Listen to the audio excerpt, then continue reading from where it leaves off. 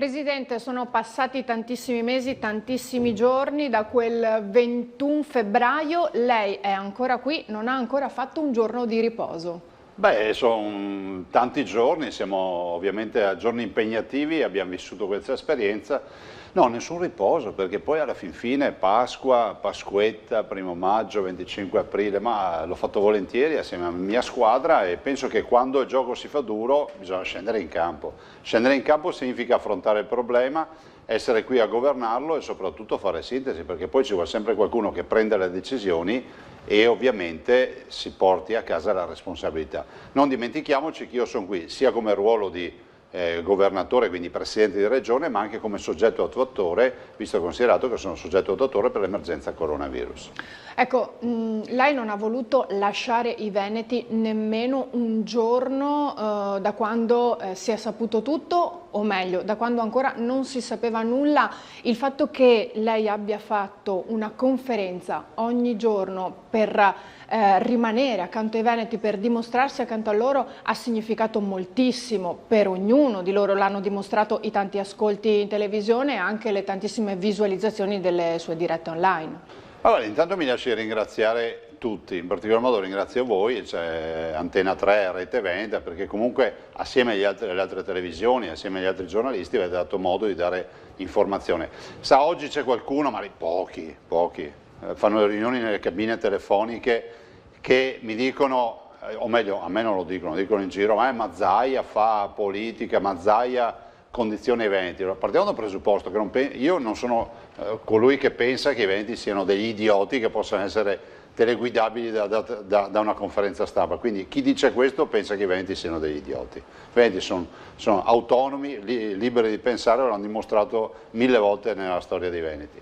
Dall'altro invece è vera una cosa, che questa partita del coronavirus è andata bene, fra virgolette, beh sì, ma poteva anche andare male, ma io ci ho messo la faccia dal primo giorno, perché comunque è fondamentale che il capo ci metta la faccia. E poi ho voluto, e per questo vi ho ringraziato, avere un filo diretto con i cittadini.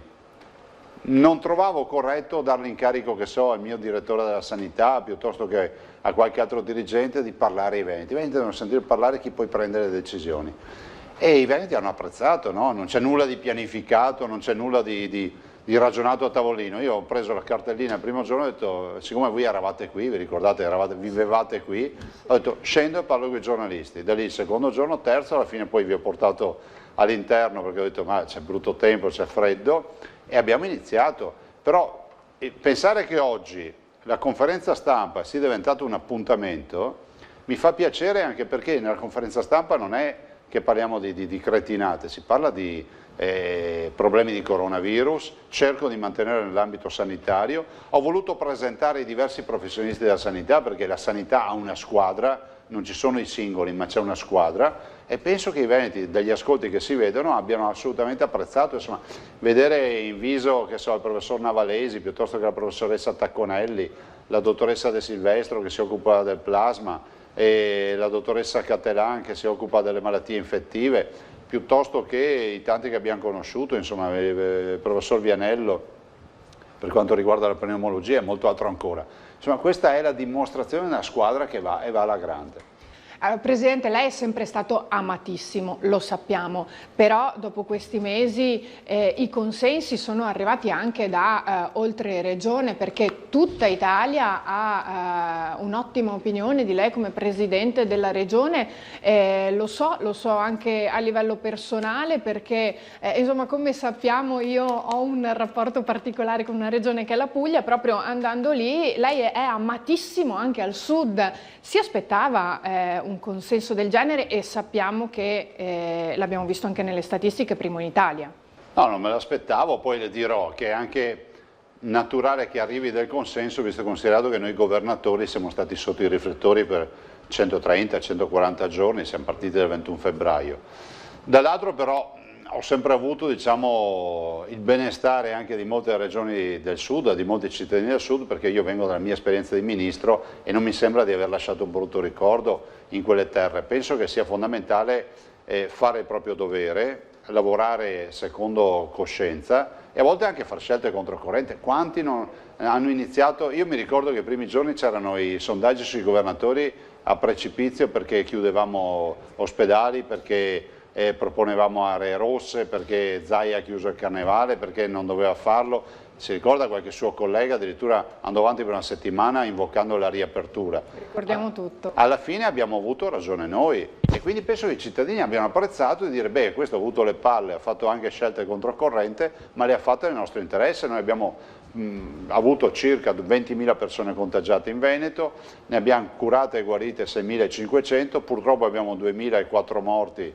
nella sanità del Veneto, scusate, cittadini veneti morti appunto per coronavirus, però siamo riusciti a evitare il peggio, perché il peggio significava veramente una strage, bastava sollevare il piede dall'acceleratore, farsi vedere una volta alla settimana, fare qualche telefonata e qui veniva giù il mondo, perché questa è la verità. Ecco, due cose. Lei ha detto, naturalmente noi governatori siamo stati in prima linea, quindi è un po' normale che abbiamo ottenuto consenso. Non è stato così proprio per tutti. Lei ha avuto un consenso, si potrebbe dire, unanime, proprio in tutto il Paese.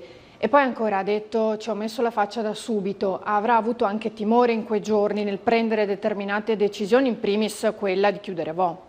Grazie per averlo ricordato, perché qua adesso sembra che tutti abbiano chiuso Vo', che tutti abbiano chiuso Schiavonia, che tutti abbiano fatto i tamponi. Cioè, diciamo, mettiamo in fila le cose. Il 21 febbraio le ho decise io queste robe. I 3.000 tamponi a Vo', contro legge. Ricordo che la legge non prevedeva, e le direttive non prevedevano di fare i tamponi a tutti, ma solo ai contagiati e ai contatti stretti, cioè ai familiari. Ho deciso da subito di chiudere l'ospedale di Schiavonia. Anche qui vorrei ricordare che è partito subito un comitato.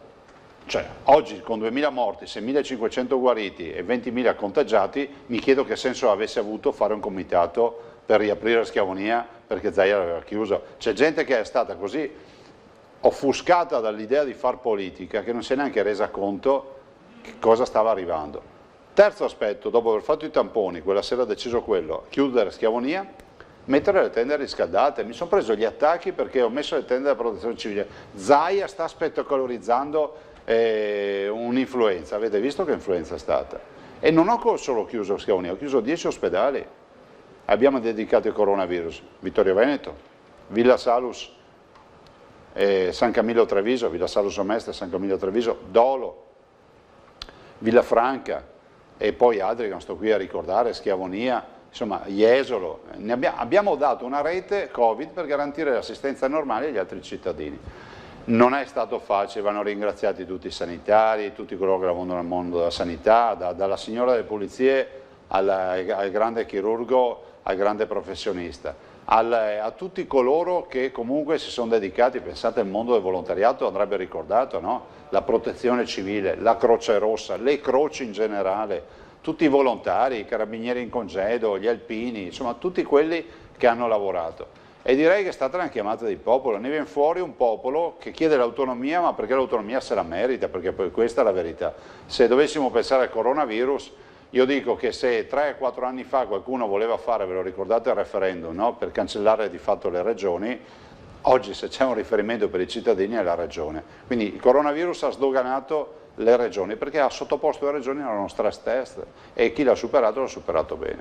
Ha visto che ha parlato di autonomia più e più volte in questi mesi, è stata posta l'attenzione proprio sul concetto di autonomia che per il Veneto non è ancora arrivata, che ha la condizione obbligatoria, come lei ha sottolineato più e più volte, anche in vista delle prossime elezioni, e che dovrebbe essere data in particolare a questa regione proprio per come ha affrontato questi mesi di emergenza. Ah sì, noi la vogliamo fare, me lo lasci dire simpaticamente, seriamente lo dico perché abbiamo oltre 2.600.000 veneti che hanno chiesto e hanno votato un referendum regolare che non era una gazzebata, era un referendum regolare, sia l'autonomia e quindi è un diritto di questi cittadini, dei veneti, avere l'autonomia.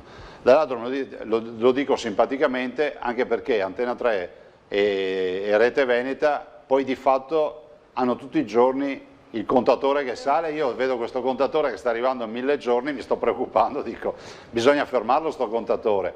E allora se da noi è un piccolo contatore, a Roma bisogna fare un camion rimorchio con un contatore grandissimo, metterglielo lì davanti al Parlamento e far capire che si stanno prendendo in giro. L'autonomia è una roba seria. sa qual è il vero problema? Che a Roma molti vedono l'autonomia come una sottrazione di potere, invece per noi l'autonomia è un'assunzione di responsabilità, cioè come se fossimo una famiglia, no? E c'è un figlio che ti dice guarda, io vado a lavorare, mi comporto bene, ho studiato, mi sono diplomato, laureato, adesso ti chiedo di darmi l'autonomia di fare delle scelte di vita, no? Allora, non è che il genitore pensa perdo il mio potere perché non ordino più delle cose al figlio, ma dice cavoli, mio figlio è diventato adulto e andrà a vivere da solo, si farà una famiglia e quella è l'autonomia. Allora, nei processi della vita l'autonomia è una roba normale, nei processi dei palazzi l'autonomia è una perdita di potere. Io dico invece che l'autonomia sarà veramente la vera pagina di storia che si scriverà in questi anni. Dopo come abbiamo gestito, come ha gestito questa emergenza, è praticamente impossibile che arrivi un no a questo punto, dovrebbero esserci delle motivazioni è un processo varie. naturale, c'è ancora molta resistenza, a Roma non hanno ancora capito che questa è la storia, cioè è un appuntamento con la storia questo. A Roma non hanno capito, o meglio ci sono due categorie, ci sono coloro che vedono l'autonomia come una perdita di potere, come le ho detto, e quindi è una categoria che non voglio neanche giudicare perché secondo me è una categoria bieca e che ha dei problemi anche forse molto probabilmente psicologici. E poi c'è un'altra categoria di chi vede l'autonomia come la disgregazione di un paese, no? La mancanza dell'unità. Invece non è vero perché l'autonomia è centripeta, cioè unisce i paesi. Il centralismo è centrifugo, li disgrega perché se tu non dai libertà a chi cioè ai tuoi popoli è inevitabile che se la cerchino da soli. Io penso invece che il percorso sia tracciato. Guardi, tutti i paesi moderni dove i nostri ragazzi vanno ad emigrare non sono paesi sfigati, ma sono paesi che hanno il federalismo e l'autonomia. La Germania, la Gran Bretagna, pensi agli Stati Uniti, l'Australia, insomma ci sono tutti paesi dove comunque si mastica pane e autonomia, perché poi è responsabilità, perché poi è riduzione delle catene decisionali e trovare un governatore che ti dice sì o no, non devo sentire Roma, devo sentire di qua, devo sentire di là. Penso che sia nei processi della vita è normale, in quelli della politica un po' di meno, ma diventerà normale. A proposito di politica, com'è stato il suo rapporto con il governo in tutti questi mesi e poi anche nel tema di elezioni? Ma un rapporto, diciamo, leale, di leale collaborazione tra istituzioni. Io penso che davanti a una tragedia come questa non si debba litigare. È come se andassimo in gita e fossimo in un pullman e vedessimo l'autista e il suo sostituto a fianco, che sa che si danno il turno, e che litigano durante il viaggio. Tu dici, ma sti qua mi portano a destinazione o fan deragliare e uscire di strada il pullman, piuttosto che l'aereo? E allora, quindi noi dobbiamo dare tranquillità. Nel momento in cui c'è una tragedia, la regione ha l'obbligo di dialogare col governo e il governo ha l'obbligo di dialogare con la regione, punto. Dopodiché noi non abbiamo nulla da spartire con questo governo, almeno io non ho nulla da spartire, ho delle visioni che sono diametralmente opposte, ma si va sempre avanti, si va avanti pensando che prima viene il benessere dei cittadini e la loro salute. Ecco, lei con alcune delle sue ordinanze è andato in qualche modo, tra virgolette, un po' contro a determinate decisioni che erano state prese dal governo e in qualche modo il Veneto è diventato capofila anche poi per altre regioni. Sì, siamo stati apripista, questo ce lo riconoscono tutti. Ma vi ricordate quando ho fatto l'ordinanza per il cibo da asporto, no? Sembrava un'eresia, qualcuno voleva mandarmi l'esercito, semplicemente per poter permettere ai nostri operatori di consegnare del cibo a casa. Cioè era un problema per qualcuno anche dire alla gelateria consegna il gelato a casa. Io penso che noi comunque, penso alle pizzerie che sono riuscite a ridare un minimo di ossigeno alle loro attività con l'asporto della pizza. Queste sono cose fatte di buon senso, col cuore, per aiutare i nostri operatori. Qualcuno avrebbe voluto tenerli lì, sterilizzati, blindati fino al giorno dell'apertura, ma è lunga, dal 21 febbraio al 18 maggio un ristorante, un bar muore. È inevitabile che molte attività siano andate in grande difficoltà, ma noi siamo stati apripista nel chiudere, ma lo siamo stati anche nell'aprire. Io dicevo sempre ai veneti, no? Lei si ricorda, ha fatto tutte le conferenze stampa, cioè cosa vuol dire? Dicevo sempre, guardate, rispettate le regole, restate a casa per uscire di casa, questo era il mio slogan, no? Restate a casa per uscire di casa, sembra un controsenso, ma era così, più restavamo a casa più possibilità avevamo di uscire di casa, perché il virus pian piano se ne sarebbe andato. e la storia ci ha dato ragione. Lei ha sempre dato estrema fiducia ai veneti, ha sempre detto io ho fiducia nei veneti, loro sono responsabili, so che capiscono che cosa sto facendo, anche quando c'è stata la famosa ordinanza dei 200 metri. Ma sì, guardi, io ho fatto quell'ordinanza, qualcuno magari può aver tirato il naso, soffiato, però alla fine i veneti hanno ascoltato me e questa è la dimostrazione che siamo un popolo. Siamo un popolo di persone per bene, una storia paurosa, 1100 anni di Repubblica Veneta, dei monumenti unici, Venezia, e ogni paese ha un monumento che vale il viaggio per una visita, le Dolomiti, il lago di Garda, le spiagge, il circuito termale, il delta del Po, le città murate, le colline, i 8 siti, siamo la regione con più siti patrimonio dell'umanità. Siamo veneti. Cioè, quindi non esiste che qualcuno da fuori viene a dirci cosa dobbiamo fare. Noi abbiamo le idee chiare, poi ognuno va a casa con la sua idea politica, siamo veneti di destra, di sinistra, di centro, di su, di giù, ma siamo veneti.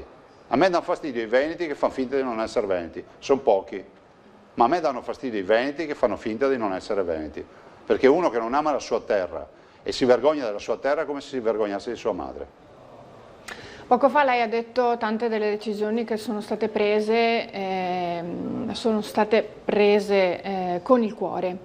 Lei ha messo sempre il cuore e l'ha messo soprattutto quando parlava di 2 fasce particolari, i bambini a cui lei ha voluto dare tanta attenzione da subito e poi gli anziani che proprio qualche giorno fa ha voluto aiutare, soprattutto coloro nelle case di riposo, dando la possibilità, no, di vedere i loro cari. Ma sai, noi abbiamo un accesso alle informazioni che è privilegiato, c'era lei, c'erano le persone che lei conosce, ce l'ho io, le persone che conosco, si mette nei panni di un cittadino che non necessariamente deve essere anziano o bimbo, di un cittadino che si fa il lockdown, si fa la quarantena, resta chiuso in casa, in un piccolo appartamento di 50 metri quadri, magari anche senza terrazza, e questo si passa, non può permettersi di uscire e prendersi una multa perché sballa tutto il bilancio familiare e si passa 1 mese, 2 mesi, 3 mesi. Ci vuole una voce, fra virgolette, familiare che ti dia delle indicazioni. Io ho pensato poi alle 2 categorie estreme che sono quelle degli anziani e dei bimbi, perché sono 2 categorie che erano delicatissime. Gli anziani perché la mia preoccupazione era quella del coronavirus, quindi che non si infettassero. Siamo partiti oggi, tutti parliamo di mascherina, di quarantena, di distanziamento sociale, di gel sulle mani. Voglio ricordare che il 21 febbraio era tabù anche parlare di mascherina. Dall'altro i bimbi. Io ho vissuto da bimbo, avevo forse 5 o 6 anni, la tragedia dell'atrazina nelle acque del mio paese. Ed era già un incubo vedere il camion che portava l'acqua. Io mi ho pensato a quei bimbi, ho detto, i bimbi, qualcuno deve pensare ai bimbi. E sai qual è la più grande soddisfazione? I disegni che mi hanno mandato, le letterine che trasformeremo in una mostra. Ma il fatto che mi abbia chiamato una psichiatra dell'età evolutiva qualche giorno fa, quindi a fine emergenza, e mi ha detto, guardi, io posso certificare che lei è l'unico in Italia che si è occupato dei bambini, che si è occupato di parlare tutti i giorni ai bambini, che ha fatto vedere i disegni. Qualcuno banalmente va a Mazzaia, cioè rende ridicola l'istituzione, fa vedere i disegni. Guardate, io faccio vedere i disegni perché i bimbi vanno coinvolti. Ci ho fatto l'operazione dei pulcini per coinvolgere i bambini. Quei bambini stavano a casa tutto il giorno a vedere in TV camion che trasportavano morti, genitori che parlavano del pericolo e della paura di morire, e di una vita che cambiava perché non era più, era segregazione, era un regime carcerario. E io allora ho voluto dire, ho avuto la fortuna, la storia mi ha dedicato queste uova di questi 2 bimbi, Damiano e un altro bimbo, ci hanno regalato l'incubatrice e abbiamo fatto nascere i pulcini. E i bimbi hanno trascorso 20 giorni di attesa, poi i disegni sui pulcini. Insomma, queste operazioni vanno costruite per pensare a questa fascia debolissima ma che è la più importante della nostra società, i bambini. Ecco, infatti proprio per questo, perché in un particolare momento tante famiglie, magari anche attraverso post sui social, sostenevano come i bambini fossero stati dimenticati dal governo. Ma non da me. Esatto. Io non li ho mai dimenticati i bambini, dal primo giorno sono sempre stati in prima fila. Il fatto è che qui il sabato e la domenica arrivino i bimbi a salutare, a ringraziare, e dà una dimostrazione che comunque i bimbi si sentono coinvolti. Cioè un bimbo veneto non si sente fuori dalla vicenda coronavirus, sa che cos'è la regione, sa che cos'è la protezione civile, lo si capisce dai disegni, sa che cos'è la traduzione per la lingua dei segni, quindi con Chiara che ci ha fatto la traduzione tutti questi giorni, i giornalisti. Pensate anche al ruolo educativo che ha avuto tutta questa vicenda, trasformare un'emergenza che potrebbe essere diventata l'emergenza del silenzio nelle case, no? Pensa a giocare, non preoccuparti, a quello di coinvolgere i bambini. I bambini hanno avuto tutte le informazioni. È bello sapere che i bimbi pretendono di guardare la TV a mezzogiorno e mezzo, questo è una roba eccezionale, che poi noi facciamo dei discorsi che io, se fossi bimbo, penso a discorsi noiosi, fammi vedere Peppa Pig o qualcos'altro. Invece alle 12:30 la conferenza stampa. Presidente, lei è un amministratore e ha amministrato questa emergenza dal primo giorno.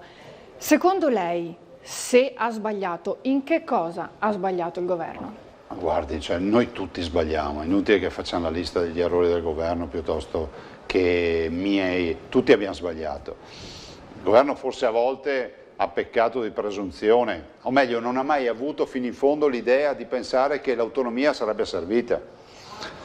Le faccio un esempio, nel 2010 quando ho avuto l'alluvione, 10.040 famiglie e imprese alluvionate, 235 comuni, quindi metà comuni del Veneto, tutti mi hanno sconsigliato di fare il commissario, dico guarda viene fuori un casino, 10.040 famiglie da indennizzare, i soldi, io invece accettai e applicai subito l'autonomia, quell'autonomia che io rivendico e che ho applicato, lo sento ai sindaci di allora, presi le risorse che avevo, le diedi in maniera diciamo abbastanza spanometrica come anticipo ad ogni comune, e ad ogni comune dissi non sarà più che l'emergenza la gestisce la regione e paga il singolo cittadino, ma tu devi occuparti dei tuoi cittadini, tutti hanno avuto i soldi.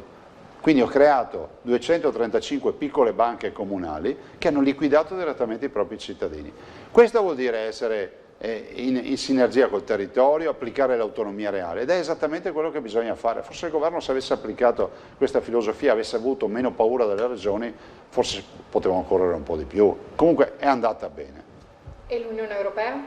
Beh, totalmente assente, latitante, perché il termine giusto è latitante. Un'Unione Europea che non ha fatto un minimo di coordinamento sanitario, politico, un'Unione Europea che ci ha lasciato soli, un'Unione Europea che ci ha fatto discutere per un mese e mezzo di corridoi, di aperture, non aperture, di quarantene, non quarantene tra i diversi stati, un'Unione Europea che non ha senso di esistere a queste condizioni. Glielo dice un europeista convinto. Io non sono contro l'Europa, ma va modificato questo modello di Europa. Ripercorrendo un po' le fasi iniziali, c'è stata poi tutta la partita delle mascherine.